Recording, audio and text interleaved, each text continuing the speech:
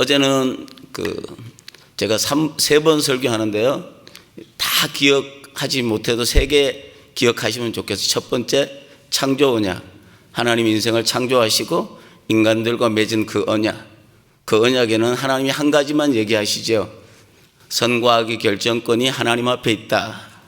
내가 너에게 하나님의 형상 생명을 주고 하나님의 나라 사명을 주었는데 이것이 너의 삶의 기준이 되어 살 수 있겠냐? 그리고 하나님께서 아담과 하와한테 은혜를 베풀어 주시죠. 그래서 우리가 기억할 건 하나님이 나에게 하나님의 형상 생명을 주셨구나. 생명은 우리의 사명을 통해서 나타나야 하는데 이 사명은 내가 하나님의 다스림을 받는 하나님의 백성, 나를 통해서 이 땅에 하나님의 나라가 이루어지는 이 사명을 나에게 허락해 주셨구나. 그래서 이 생명과 사명이 올해 한 해를 시작하는 여러분들의 마음 가운데 중요한 도전이 되기를 예수님의 이름으로 축복합니다. 그런데 이 언약이 깨어지지 않았으면 참 좋았을 텐데 사람이 선과 악의 결정권을 가지고 타락하게 됐잖아요. 그래서 인간에게는 죽음이 찾아온 거예요. 그래서 선과 악의 결정권을 가지고 있는 인간마다 다 하나님을 피하게 되고 하나님의 낯을 피하게 되고 하나님을 숨게 되는 거예요. 네, 오늘 설교하면서 한 가지 제가 말씀을 드리고 싶은 게 있어요. 첫 번째 하나, 노아 시대 때 하나님이 8명 말고 다 물속에서 죽임을 당했잖아요. 왜 이런 일이 일어났을까? 성경은 이렇게 얘기합니다. 제가 한번 창세기 6장 한번 읽어 드릴게요. 같이 성경 있는 분들은 한번 찾아도 괜찮을 것 같아요.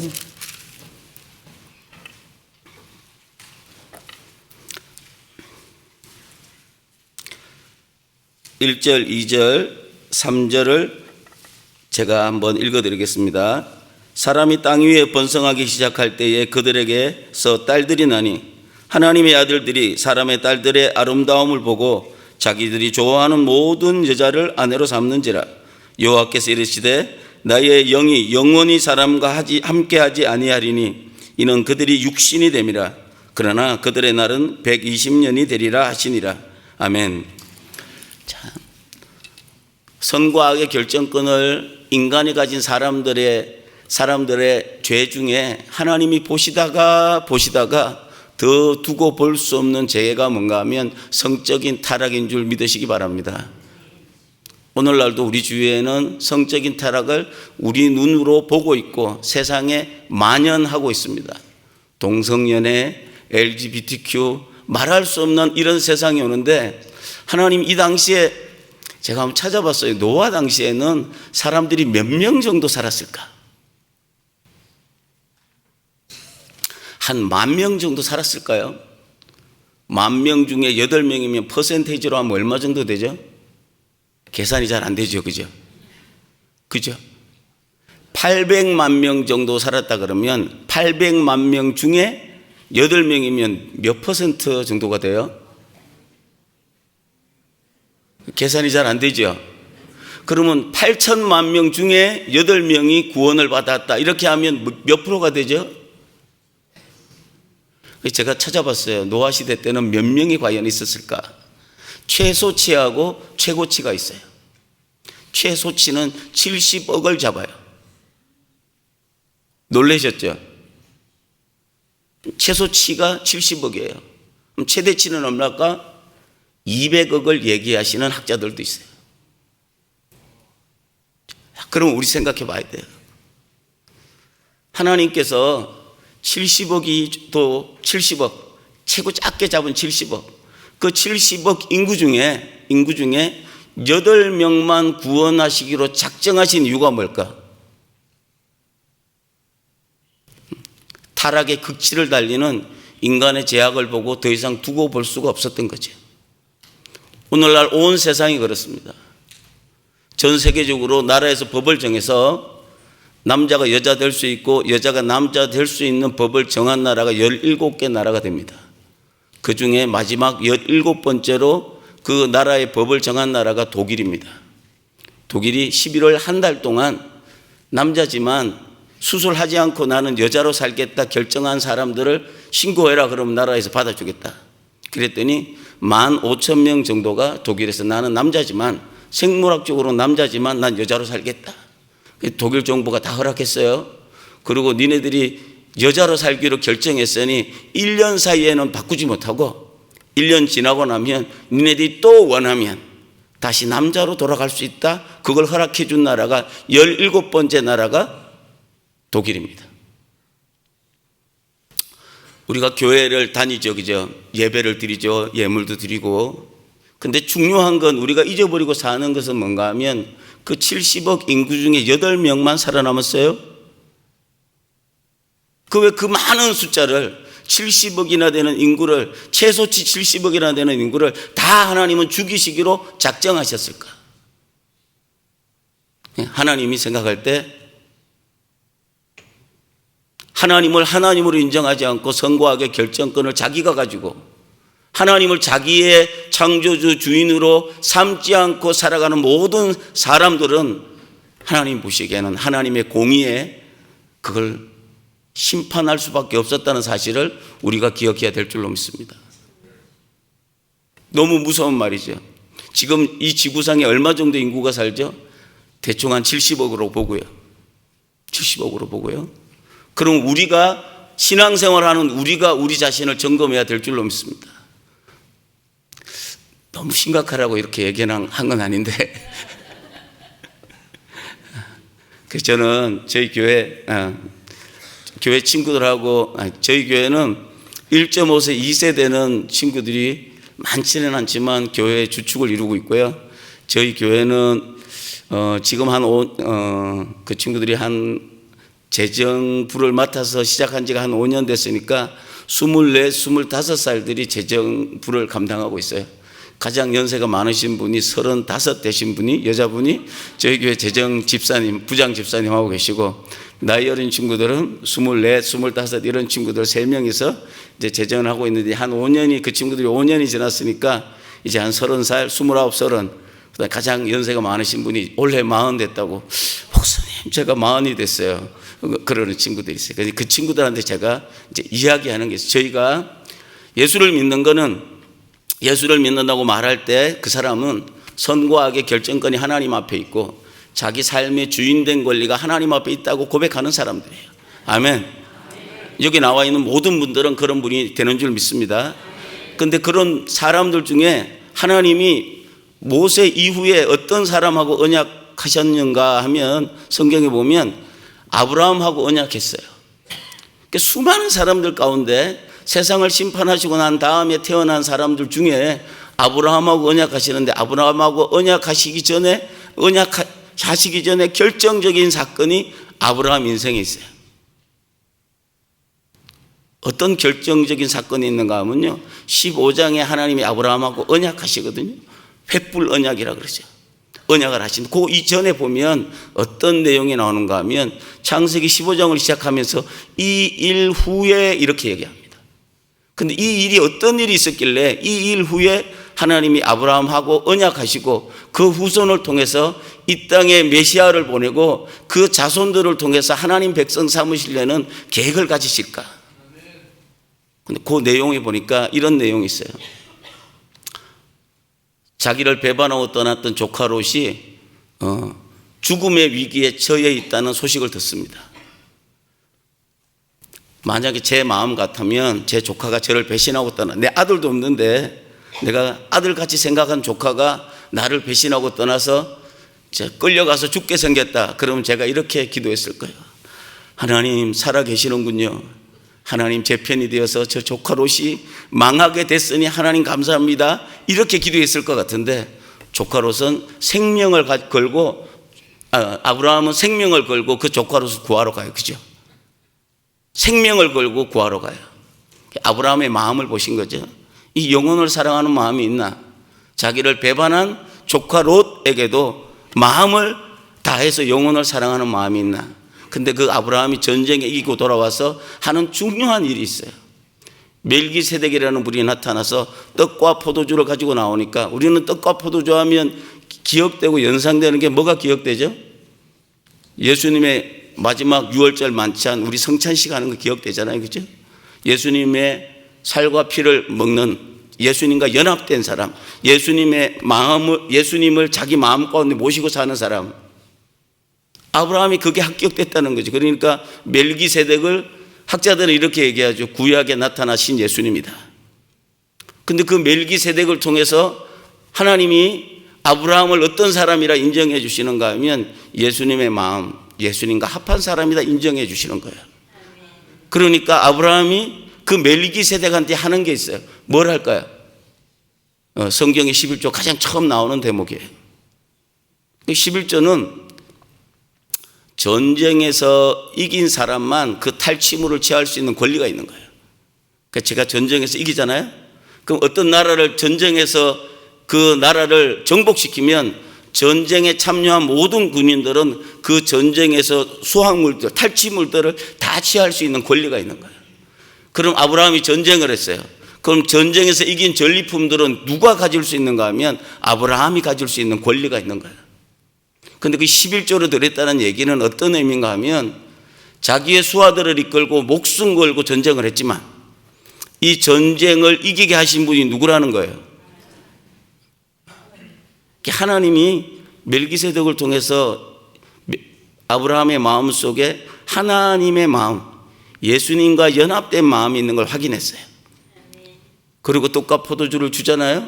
그걸 받은 아브라함은 하나님 앞에 아닙니다, 하나님. 내가 전쟁했지만 이 전쟁을 승리하게 하신 분은 오직 하나님입니다. 내가 목숨 걸고 싸웠지만 내가 싸운 게 아니고 하나님이 다 도와주셔서 하신 일입니다라는 사실을 고백하게 돼요. 우리가 학교를 나오고 공부하고 자기 사업장을 열죠. 11조 예물은 하나님 내가 재주가 좋아서 돈을 번 게 아니라 이 모든 것이 하나님의 은혜였고 내 삶의 주인이 하나님임을 고백하는 신앙 고백인 줄 믿으시기를 바랍니다.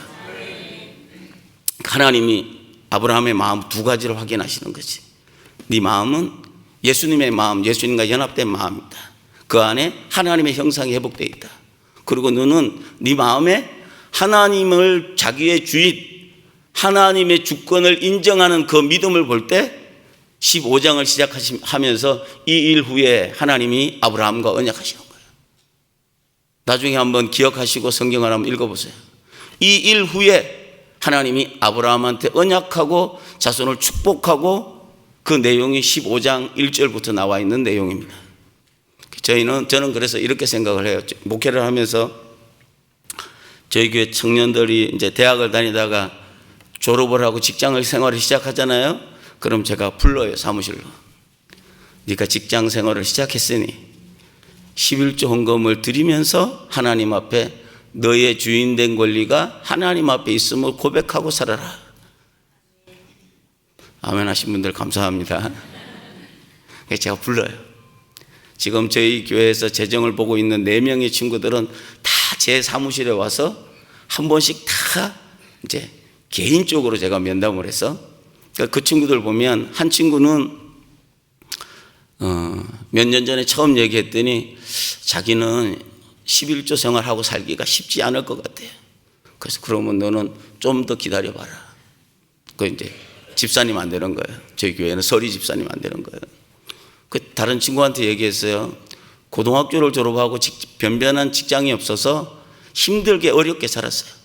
그 친구가 목사님 내가 결혼도 해야 되는데 직장 때문에 그러면서 우리 수련회 가운데 너무 울고 안타까워서 결혼해야 되는데 제가 이렇게 얘기했죠. 너 다니던 그 직장은 그만두고 몇 년 전에요. 그 한참 코딩 그 공부할 때 3개월 동안 한번 공부하고 새롭게 직장을 다녀보면 어떻겠냐. 그리고 너 마지막 주급을 11조를 한번 해봐. 앞으로는 너 돈도 못 벌 거잖아. 그러니까 마지막 주급만 11조 해봐. 그리고 열심히 공부하고 네가 하나님의 은혜 가운데 직장이 허락되면 하나님 앞에 헌금 생활하면서 열심히 신앙생활하면 어떻겠냐. 그리고 여기 찬양단처럼 찬양단도 쓰고 그때는 저희가 잔디를 지금은 아닌데 그때는 잔디를 깎을 조그만한 잔디밭이 있었어요. 교회에. 네가 토요일마다 나와서 하나님 섬기고 교회를 섬기고 네 마지막 주급을 하나님 앞에 내 인생의 주인된 권리가 하나님 앞에 있습니다. 이렇게 신앙생활을 시작해보면 어떻겠냐. 감사합니다. 그 친구가 제 말을 듣고 마지막 주급이 600불 받았어요. 600불 받는 친구였어요. 고등학교 졸업하고 마지막 주급을 60불을 11조 했어요. 그리고 제 말을 듣고 코딩 공부를 하면서 찬양 인도하고 그 다음에 교회 와서 잔디 깎고 노숙자 같이 선교하고 그랬는데, 그 친구가요, 우리 동네는 대학을 컴퓨터를 전공한 그 친구들이 대학을 졸업하고도 직장을 못 가진 애들이 있었거든요. 그 친구가 고등학교 졸업하고 비실비실 대다가 3개월 공부하고 JP 모건에 합격을 했어요. 그 친구하고 저하고 얼마나 울었는지 몰라요. 둘이 붙잡고 막 운 거예요. 하나님의 은혜다, 그치? 그랬더니 걔가 하나님의 은혜라고. 그 친구가 제가 줄에 서서 직장 되고 출근하기 2주 전에 결혼식 했어요. 우리 교회는 이제 또 한 친구 있는데 1년 지나고 난 다음에 그 여자 청년을 불렀어요. 사무실에 다시. 이제는 헌금 생활하면서 신앙생활 할 때가 되지 않았냐? 그랬더니 그 친구가 알았다 그래요. 그래서 제가 그랬어요. 야, 너는 헌금 생활하면서 공부를 좀 하면 좋겠다. 그냥 이렇게 작은 은행만 있지 말고 공부를 좀 더 해서 좀 업그레이드 좀 인생을 시켜야 되지 않겠냐 그랬더니 그 친구가, 목사님, 저는 공부에는 은사가 없는 것 같아요. 열심히 신앙생활 해봐. 그래서 그 친구가 담당하는 게 뭔가, 그때 25살이었는데 저희 교회 선교부 재정을 감당하고 있어요. 은행에 다니는 친구니까. 근데 한 6개월 지나고 이 친구가 얘기를 해요. 목사님, 큰 은행에서 한 사람을 뽑는데 이중 언어가 되는 사람을 한 사람 뽑는답니다. 융자하는 파트에서. 자기가 그때 여기다가 지원서를 낼 텐데 목사님 기도해 주세요. 그래서 알았어, 기도해.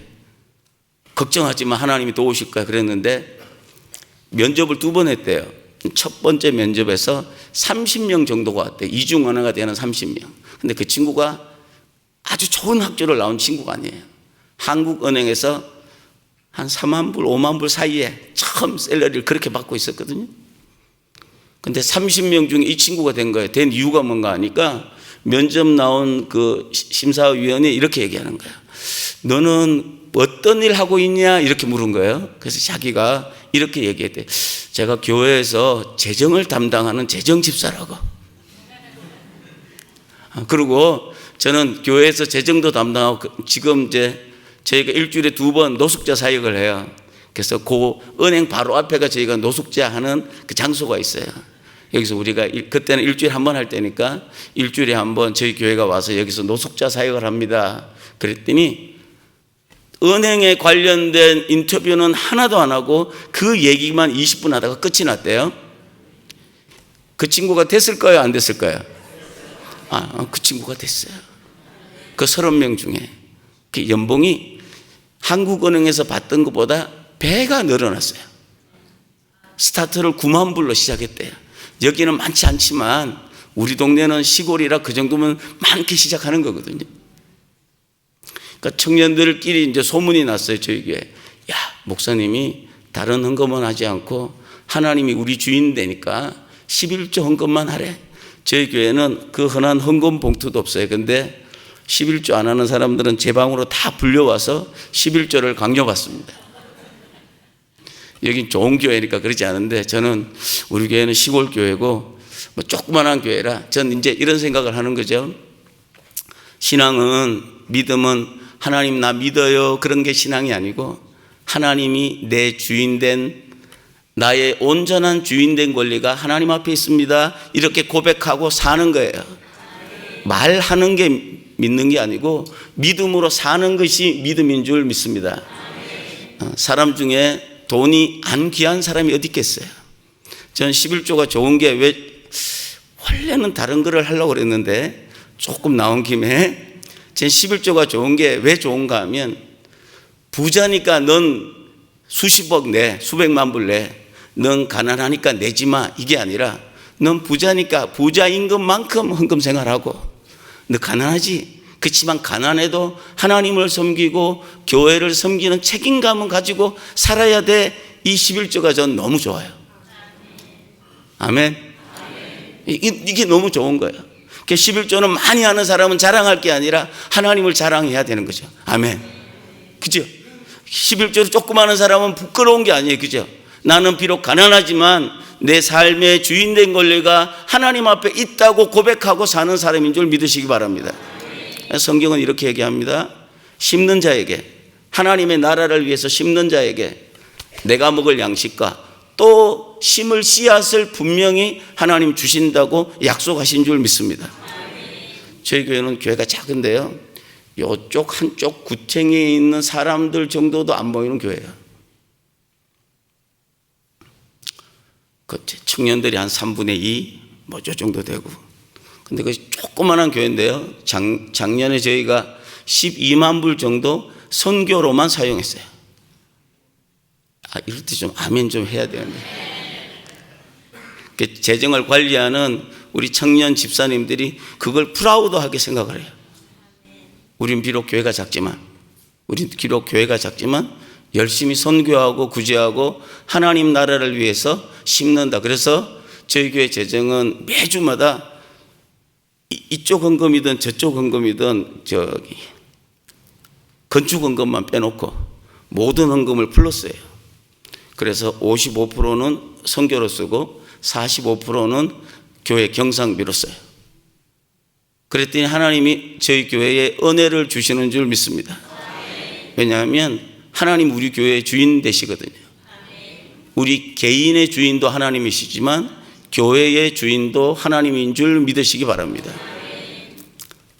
하나님이 그래서 아브라함을 통해서, 아브라함 자손을 통해서 이 땅에 메시아를 보내시기로 약속하신 거예요. 첫 번째 창조 언약은 깨어졌어요. 그런데 어떤 사람들을 통해서 하나님은 그 언약을 갱신하시겠다 작정하셨는가 하면 그 마음에 예수님과 합한 사람, 그 마음에 하나님의 형상이 보여지는 사람, 그 다음에 그 삶에 자기의 주인된 권리가 하나님 앞에 있다고, 하나님을 하나님으로 인정하는 이 사람들을 통해서 하나님의 언약과 약속을 이어가기로 결정하셨습니다. 그런데 전체적으로 보니까 이스라엘 사람들이 어떻게 되어 있느냐? 전체적으로 보니까 이스라엘 사람들이 어떻게 되어 있는가? 선과학의 결정권을 가지고 내가 주인된 삶을 사는 것 같은데 시간이 지나고 나니까 몇백 년 지나고 나니까 이스라엘 사람들이 다 어디가 있어요? 애굽에서 종살이 하고 있잖아요. 우리는 우리 인생의 결정권을 내가 가지고 내 인생을 산다고 쏟고 있지만 사실은 마귀가 우리의 삶의 주인처럼 들어와서 마귀의 종살이하고 있다는 사실을 우리가 인식하지 않으면 우리의 신앙생활에 진보가 없는 거죠. 성경은 은혜 받으려고 읽는 게 아니죠. 하나님의 기준이 무엇인가를 우리는 이 성경을 통해서 발견하게 되는 거죠. 내가 싫어도 성경이 가라 그러면 가는 거고요. 내가 좋아도 성경이 하지 말라 그러면 안 하는 거예요. 그래서 성경을 읽어야 되고 말씀을 들어야 되고 성경을 공부해야 되는 줄 믿으시기 바랍니다. 하나님이 말씀하셨죠. 그 말씀이 우리 눈으로 보이는 육신을 가지고 오신 분이 예수님이잖아요. 그죠? 말씀이신 예수님이에요. 근데 기록된 말씀은 누구예요? 뭐예요? 성경이잖아요. 그러면 율법이 좋은 걸까요? 나쁜 걸까요? 그죠? 율법은 좋은 거죠. 여기에 대해서 마음이 없으면 우리는 늘 우리 개인의 구원에만 관심이 있어요. 그 사람의 주인된 권리가 하나님 앞에 드려지는 것 상관없어요. 거기엔 관심이 없고 나는 어떻게 영원한 생명을 얻어서 내가 구원받을까? 또 하나, 내가 어떻게 기도하고 교회 섬기고 헌금해서 내 소원을 이룰까? 여기에 말고는 관심이 있는 사람이 극히 드문다는 거예요. 오늘 신년 새벽 예배를 시작하시는 여러분들에게 예수님의 이름으로 부탁드립니다. 여러분의 개인과 여러분의 가정과 자녀들 가운데 하나님의 은혜와 복이 임하려면 하나님이 창조 언약 때 우리에게 주셨던 하나님의 형상 예수님의 마음, 이게 회복되는 은혜가 있기를 예수님의 이름으로 축복합니다. 두 번째는 내가 하나님의 다스림을 받고 나를 통해서 이 땅이 하나님 다스리는 나라를 만들어가는 이 사명이 우리의 삶의 이유가 되어져야 되는 줄 믿습니다. 그러니까 아브라함 후손을 통해서 하나님이 이 땅에 새로운 언약, 우리는 통상적으로 구약이라고 얘기해요. 그러니까 구약은 창세기부터 말라기까지라고 이야기하면 사실은 유치원 정도 다니는 수준이고요. 오늘 구약이라고 말하는 이 내용은, 우리가 흔히 구약이라고 말하는 내용은 오늘 본문에 있었던 창세기 19장 1절부터 6절까지 나와 있는 내용입니다. 에덴 동산에서 선악과를 통해서 선과 악의 결정 기준이 하나님 앞에 있다고 고백하고 살으라고 사람들에게 말하신 하나님이 이스라엘 사람들을 신의 산으로 불러요. 신의 산으로 불러서 거기서 선과 악의 새로운 결정 기준을 하나님이 제시해 주는 거죠. 이스라엘 사람들은 지금까지 누구의 결정 기준이 삶의 스탠다드가 되었을까요? 바로가 말하는 대로 사는 거죠. 그죠? 바로의 말이 곧 그들의 삶의 기준이 되었던 사람들이에요. 그런데 하나님께서 이스라엘 사람들을 유월절 어린 양의 피로 구원해 주시고 홍해를 건너서 신광야를 지나서 시내 산에다 불러놓고 다시 한번 이스라엘 사람들한테 말하는 거예요. 아담과 하와한테 말했던 것처럼, 너 지금까지 종살이하고 살았지? 너의 선과 악의 결정 기준을 하나님 앞에 내어놓고 살 자신이 있냐? 이렇게 질문하는 거죠. 이스라엘 사람들이 다 뭐라 그랬을까요? 아멘 했죠. 아멘 했죠. 그러니까 하나님이 약속하시는 거예요. 어떤 약속을 하시느냐? 네가 내 세우유된 백성, 하나님의 백성, 그러니까 그 안에 하나님의 형상을 둔 하나님의 백성 삼아 주시겠다는 거죠. 이제 하나님의 나라를 다 잃어버리고 살아가니까 이스라엘 백성이 온 세계에 대해서 하나님의 나라를 만들어갈 제사장의 나라로 살아가 달라고 이스라엘 사람들하고 언약하는 거예요. 이게 우리가 알고 있는 구약이죠. 창조 언약을 실패한 온 인류를 대표해서 이제 아브라함의 후손, 그 마음 가운데 예수님의 마음이 회복되고 하나님을 자기의 하나님, 자기의 주인으로 인정하는 아브라함의 자손을 통해서 하나님 구약을 맺는 거예요. 그래서 그 사람들하고 약속하시는 거죠. 너에게 새로운 선과 악의 결정 기준, 삶의 기준, 십계명과 율법들을 줄 테니 이것이 너의 새로운 삶의 기준으로 삼고 살아가겠는가? 모든 이스라엘 사람들이 피를 뿌려가며 아멘했습니다. 그게 하나님 약속하신 거예요. 너는 이제 내 소유된 백성이 되는 거야. 내가 너를 지킬 거야. 전쟁 가운데도 지켜주고 경제적이든지 어떤 부분이든지 하나님이 지켜주신대요. 어떤 사람들한테? 자기의 삶의 기준이 하나님의 말씀인 사람, 선과 악의 결정권이 우리의 창조주이신 하나님 앞에 있다고 믿는 사람, 이런 사람들을 하나님 책임지고 은혜와 복을 주시겠다고 약속하시는 줄 믿습니다. 이게 우리가 알고 있는 구약이죠. 그죠? 그럼 이 구약을 이스라엘 사람들이 말로는 아멘 했는데 이들의 삶을 통해서는 아멘 했을까요? 삶을 통해서는 불순종했을까요? 불순종했죠. 여기서 중요한 게 있어요. 우리가 하나님 앞에 입술로 아멘 한다고 끝나는 게 아니죠. 아멘 한다고 끝나는 것이 아니죠. 그 삶 속에서 정말로 하나님의 말씀이 내 삶의 결정 기준이 되는가? 내 마음 속에서 내가 선과 악을 결정할 때 그 기준이 내 감정이나 내 마음이 아니라, 환경이 아니라 하나님의 말씀인가? 하나님 우리를 마음을 보고 점검하시는 줄 믿습니다. 우리는 물질이 연약합니다. 돈이 안 아까운 사람이 어디 있겠습니까?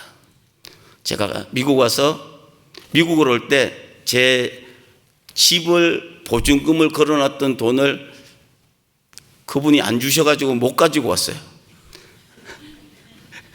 그래서 제가 미국 올 때 돈이 있었을까요? 없었을까요? 있긴 있었습니다. 미국 도착하니까 1,100불이 있더라고요. 죽을 고생을 했습니다. 미국 도착했는데 공항에서 세워보니까 1,100불. 100불은 미국 왔다고 감사한 검에서 100불 쓰고, 100불은 아는 분이 돌한다 그래서 100불 쓰고, 남은 게 900불 있었어요.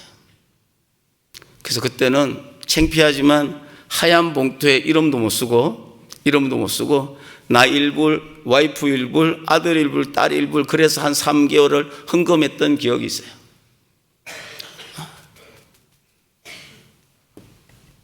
그러고 나서 제가 밤에 신학교를 다니면서 낮에 봉제 공장을 다녔어요. 그랬더니 낮에 일찍 끝난다고 300불을 주시더라고. 이야, 드디어 제가 11조 생활을 할 수 있는 은혜가 생겼어요. 그 300불을 받아서 30불을 11조하고 20불은 교통비로 쓰고, 그러니까 얼마 남았을까요?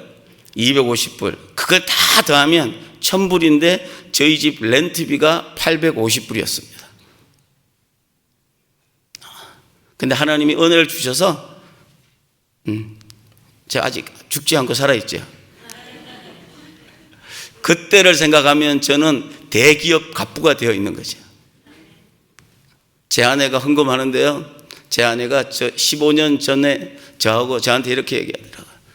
목사님이 일하니까 목사 품위 유지가 안 되는 것 같아. 내가 알아서 먹고 살아볼 테니까 어떻게 목회를 좀 잘 해봐봐. 자기가 봐도 시원찮은 거야. 그래서 제 아내가 헌금 생활을 하는데 그 전까지는 제가 헌금도 제가 다 했죠. 그 이후로는 와이프가 다 하시죠. 와이프가 다 하시는데 제가 이제 가끔 이렇게 보잖아요. 그때 한 주에 벌었던 총 수입보다 제 아내가 한 주에 헌금하는 헌금이 훨씬 더 많은 것 같아요. 뭐 그게 다 11조는 아닌 것 같아요. 하여간 이래저래 헌금하는 것들이 훨씬 더 많은 것 같아요. 원래 내가 45분에 끝나려고 그랬거든요. 이제 말씀을 한번 정리해 볼게요. 우리가 꼭 알고 믿어야 될 거예요.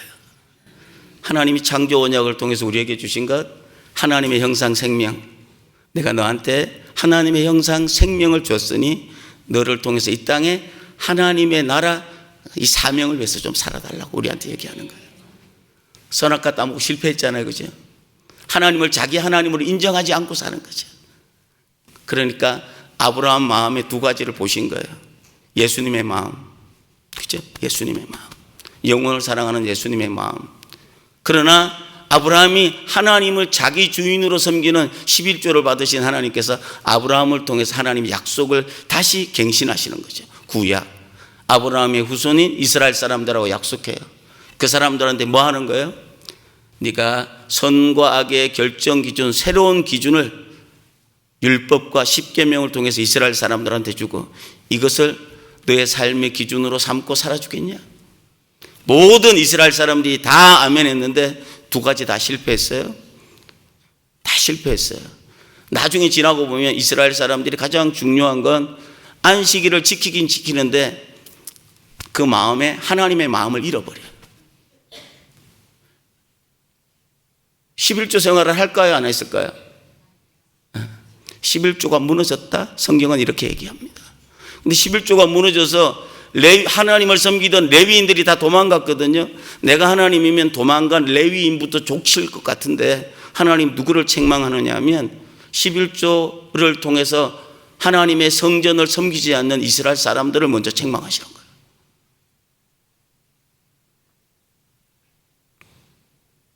여러분들한테 거룩한 부담을 드립니다. 거룩한 부담. 저는 왜 11조 설교를 하느냐? 제 설교를 듣는 우리 교회인이 말로만 예수 믿는다 말하고 자기 주인이 바뀌지 않고 교회 안에서 살다가 영원히 지옥 갈까 봐. 그래서 저는 우리 교인들한테 얘기해요. 이런 얘기를 하는데 전혀 부끄럽지가 않아요. 전혀 부담스럽지가 않고. 왜냐하면 나는 우리 교회 교인들이 주인이 온전히 하나님으로 바뀌어서 이 땅을 떠나는 모든 순간에 이 땅에서도 하나님의 은혜와 복을 받고 누리고 살지만 이 땅을 떠나는 그날에 하나님의 놀라운 축복을 받고 영원한 하나님 나라 백성이 되도록 하는 것이 제 꿈입니다. 제가 노아보다는 시원찮은 것 같아요. 노아는 자기를 포함해서 8명 구원시켰더라고요. 그죠? 제가 우리 교인들한테 얘기합니다. 내가 섬기는 교회를 통해서 내가 2-3 사람만 예수를 온전히 믿고 천국을 가도 내가 교회 바깥에 살다가 25살에 교회를 돌아와 지금 35년째 교회를 섬기고 사는데 내 인생 전혀 후회하지 않을 거다. 제가 우리 교인들한테 말합니다.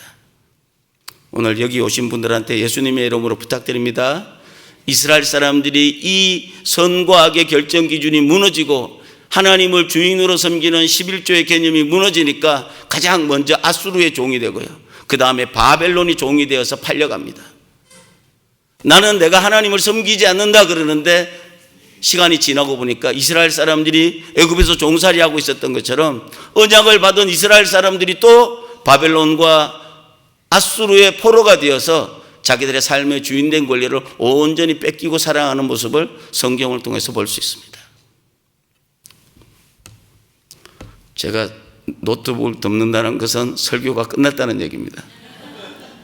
그런데 이스라엘 사람들한테 하나님이 새로운 언약, 신약을 약속해 주십니다. 내일 설교하겠지만 예레미야 31장 31절부터 33절까지 하나님을 떠난 아담과 하와의 후손들을 버리지 않고 모세를 통하여 하나님이 언약을 주셨던 것처럼 하나님을 떠난 이스라엘 백성을 대신해서 하나님이 새로운 언약을 주시는데 예레미야 31장 31절 33절을 통해서 하나님이 새로운 약속, 새로운 희망과 소망을 우리에게 주시는 줄 믿습니다. 오늘 하나님 앞에 기도할 때 이런 기도 제목이 우리 모두에게 있기를 예수님의 이름으로 축복합니다.